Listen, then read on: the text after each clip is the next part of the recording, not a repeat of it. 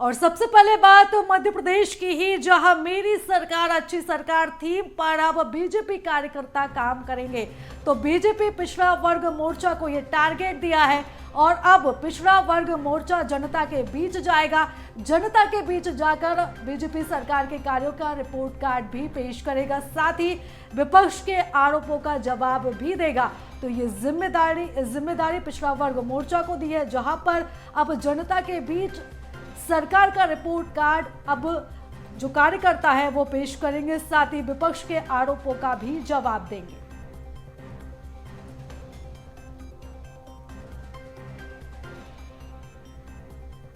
तो जनता के बीच जाएंगे पिछड़ा वर्ग मोर्चा और जनता के बीच जाकर बीजेपी सरकार के कामों का रिपोर्ट कार्ड भी पेश करेंगे, साथ ही विपक्ष के आरोपों का भी जवाब देंगे। तो मेरी सरकार अच्छी सरकार थीम पर अब बीजेपी कार्यकर्ता काम करेंगे और ये जिम्मेदारी दी गई है, टारगेट दिया गया है बीजेपी पिछड़ा वर्ग मोर्चा को।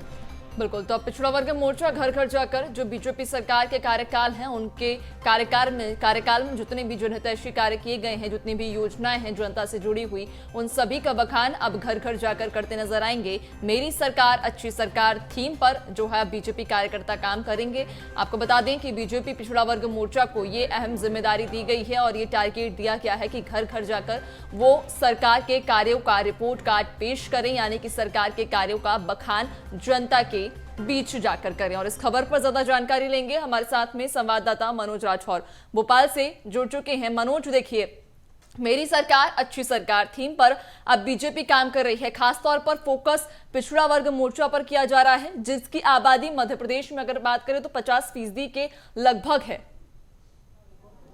जी बिल्कुल, लगातार जिस तरीके से ओबीसी वोट बैंक पर फोकस दोनों ही पार्टी का हो, चाहे वो कांग्रेस हो या बीजेपी हो, लेकिन यदि हम वोट प्रतिशत की बात करें तो 50% वोट प्रतिशत ओबीसी वोट बैंक का है और उसमें करीब 13 ऐसे ज़िले हैं जहां पर 60 से ज़्यादा विधानसभा सीटें आती हैं जो कि ओबीसी वोट बैंक से पूरी तरीके से प्रभावित है। वहाँ पे ओबीसी वोट बैंक निर्णायक भूमिका में रहता है। हालांकि इसके अलावा भी जो बाकी सीटें हैं वहाँ पर भी ओबीसी वोट बैंक का खासा असर है, लेकिन 61 सीटों की बात करें, 60 से ज़्यादा जो सीटें ओबीसी से ज़्यादा प्रभावित सीटें हैं, वहाँ पर 40 सीटों पर जो है वो बीजेपी का कब्जा है और इसके अलावा जो बाकी सीटें हैं उस पर कांग्रेस काबिज है।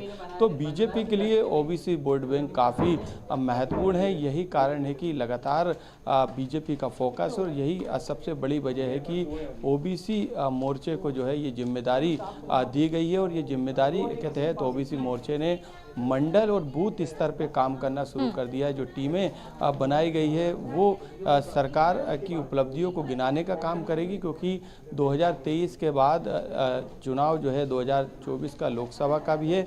ऐसे में इस पूरे प्रोग्राम को हाईकमान के स्तर पे डिजाइन किया गया था, जिसका पालन मध्य प्रदेश में किया जा रहा है। इस पूरे प्रोग्राम के तहत बीजेपी पिछड़ा वर्ग के जो मोर्चा है उसकी जो टीमें बनाई गई है वो बूथ स्तर पे तमाम राज्य के साथ केंद्र सरकार की योजनाओं को जनता तक पहुंचाने का काम करेगी। इसके अलावा जो विपक्ष लगातार हर एक मुद्दे पर जो है सरकार को घेरने की कोशिश कर रहा है, उसका जवाब भी जनता के बीच में देने का काम ओबीसी मोर्चा करेगी। तो जिस तरीके से ओबीसी वोट बैंक पे पूरी सियासत टिकी है, उसको लेकर अब बीजेपी सक्रिय और लगातार जो कब्जे वाली सीटें हैं उस पर काबिज रहना चाहती है। इसके अलावा जो सीटें कांग्रेस के पास है वहाँ पर भी बीजेपी नज़र बनाई हुई है और इसी तरीके से लगातार सियासी समीकरण को बैठाने की कोशिश कर रही है, ताकि 2018 की स्थिति बीजेपी को दोबारा ना देखने पड़े। बीजेपी यही कोशिश कर रही है कि 2023 में इन नए कैंपेन और इन नए समीकरण के साथ जीत को हासिल किया जा सके।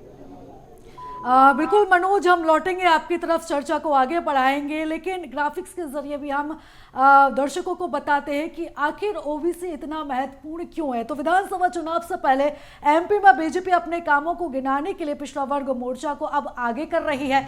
पिछड़ा वर्ग मोर्चा मेरी सरकार अच्छी सरकार की थीम पर काम करेगा और प्रदेश के ओबीसी बाहुल्य क्षेत्रों में जाकर सरकार के कामों को गिनाएगा। लेकिन बीजेपी का फोकस इस बार ओबीसी वर्ग पर क्यों है, इसके बारे में हम आपको ग्राफिक्स के जरिए लगातार बता रहे हैं, क्योंकि चंबल से लेकर बुंदेलखंड और विंध्य क्षेत्र तक ओबीसी की आबादी सबसे ज्यादा है और इन क्षेत्रों में 13 जिले मुरैना, भिंड, दतिया, शिवपुरी, अशोकनगर, सागर, छतरपुर, टीकमगढ़, निवाड़ी, पन्ना, सतना, रीवा और सिंगरौली आते हैं।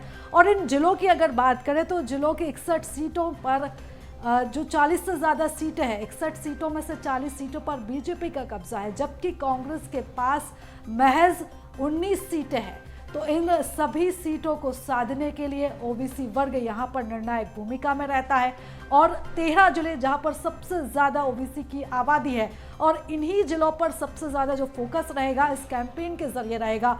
और अब पिछड़ा वर्ग मोर्चा को ये जिम्मेदारी दी गई है, क्योंकि पिछड़ा वर्ग मोर्चा अब जनता के बीच जाएगा, खास तौर पर ओबीसी जो वोटर्स हैं उनके बीच जाएगा और जनता के कार्यों को गिनाएगा।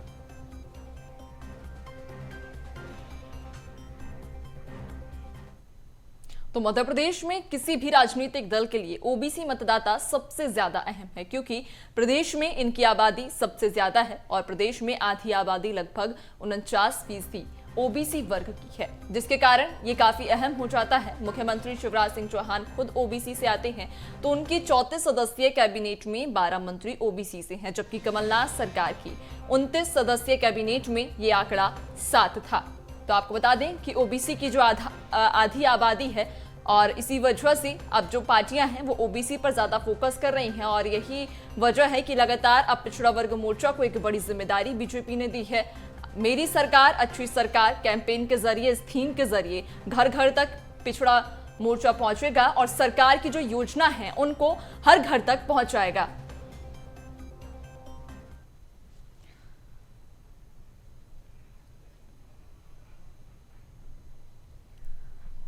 और चलिए इस खबर पर ज्यादा जानकारी ले लेते हैं, हमारे साथ संवाददाता मनोज राठौर लगातार जुड़े हुए हैं। मनोज, देखिए अब जो सरकार का जो फोकस है, बीजेपी का जो फोकस है वो ओबीसी वर्ग पर आ गया। हमने अभी हाल ही में जब मंत्रिमंडल का विस्तार देखा था तो ब्राह्मण चेहरा, आदिवासी चेहरा और लोधी चेहरा सामने रखा गया था और अब इन तीनों समाज के बाद अब ओबीसी पर खास फोकस है।